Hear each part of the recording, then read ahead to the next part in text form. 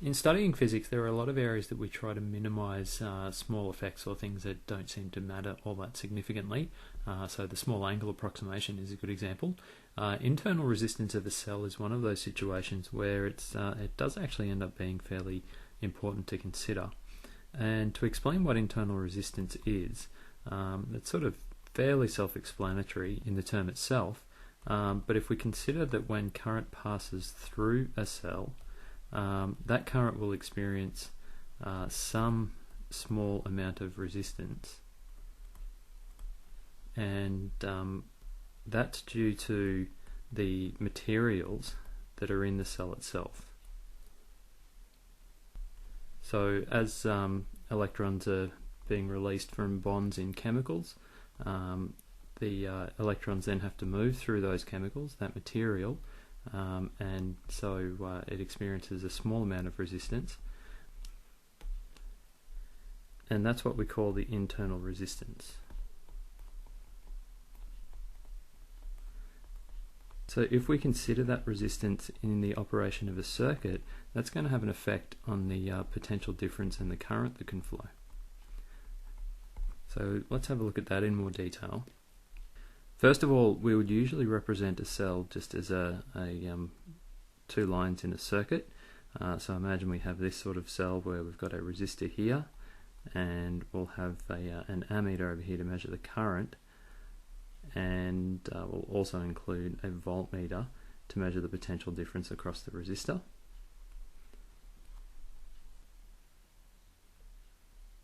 So we'll call this resistor R, and this is going to be an EMF, so we'll call that epsilon. So that's how we would usually represent a cell. That's an ideal cell. We'll talk about that in a bit more detail in a second. But what we really need to consider for a cell is its internal resistance. So we need to include some small resistance in a cell, and so it should look something a bit more like this. So this resistance will use a lowercase r, and we'll still have that as the EMF. So a real cell is represented by everything that's contained within this blue box. So if we consider what's happening in this scenario, we'll have a current that's flowing through there that we've measured using the ammeter, and note that includes both of the resistances, capital R and lowercase r. Before we explore that, let's have a look at an ideal cell. In an ideal cell, we have that the resistance lowercase r is going to be equal to 0 ohms, so there's no loss of energy in the cell, there's no resistance in the cell. And in that case, the potential difference across resistor capital R is going to be equal to the EMF.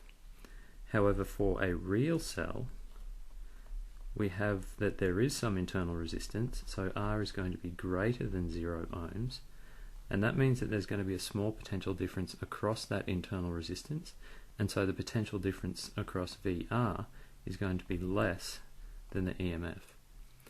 Now, if we consider Kirchhoff's loop law for this circuit, we can have a look at it a bit more detail at the effect of that internal resistance.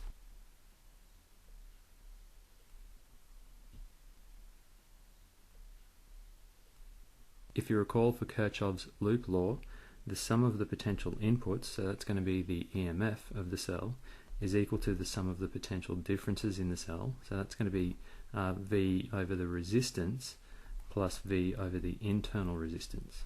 We can then use Ohm's law to calculate what those potential differences are going to be in terms of the resistance and the current. So we'd have IR for the resistor and I lowercase r for the internal resistance.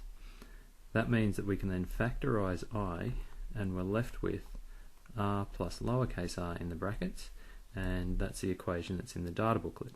So we can relate there the EMF of the cell to the current and the resistance both outside and inside the cell. And notating what the symbols represent here, so epsilon represents the EMF of the cell, and that will be measured in volts. I is the circuit current, and that's measured in amps. Capital R is the load resistance, so the resistor that you've actually added to the circuit, and that's measured in ohms, and lowercase r is the internal resistance, and that will also be in ohms.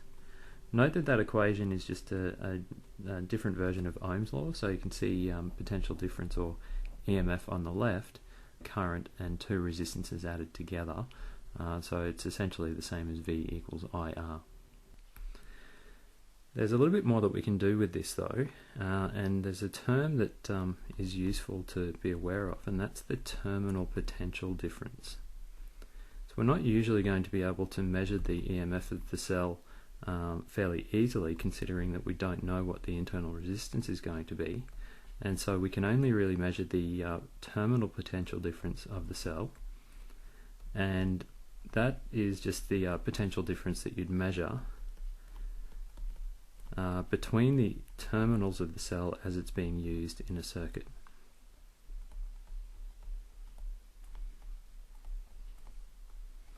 So if we have a look back at that diagram above, if we label the terminals of the cell, we'd have A on this side and B on this side, so we're really looking at that potential difference between A and B. So you can sort of think of this as being a battery where we'd have the positive terminal on this end and the negative terminal on that end. So if we're looking then at the terminal potential difference, and I'll just notate here that we're looking at that potential difference between points A and B. That means that in that circuit, the terminal potential difference is actually going to be the same as the potential difference across resistor capital R.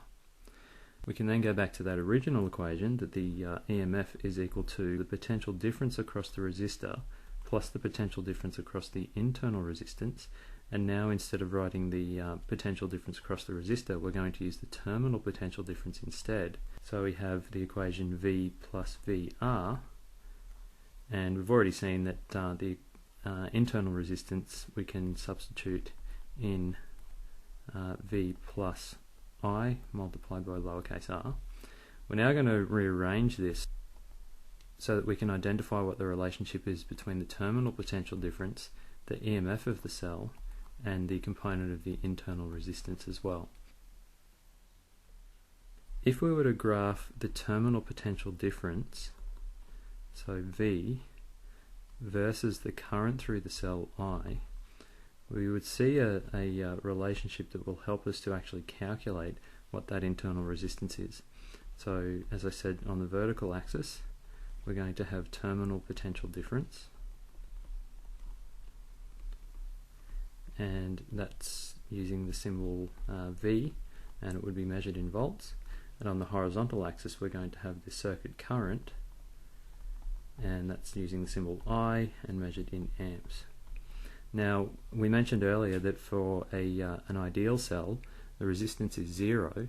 If we don't have any current flowing through a real cell, then we don't have any effect of the internal resistance, so IR will be equal to 0, and so the terminal potential difference for 0 current will be the same as the EMF. So if you measure the terminal potential difference when there's no current flowing through the battery, then you're just measuring the EMF of the battery. If you then start to increase the current through the cell, what you'll see from this relationship, notice that we have this negative sign here. That means then that as the current increases, we're going to see a decrease in the terminal potential difference, and it's a linear trend line. Now, the gradient of that linear trend line is going to be equal to negative R. So if we increase the current and measure the terminal potential difference, we can then actually calculate what the internal resistance of the cell is from the gradient of the graph of V versus I.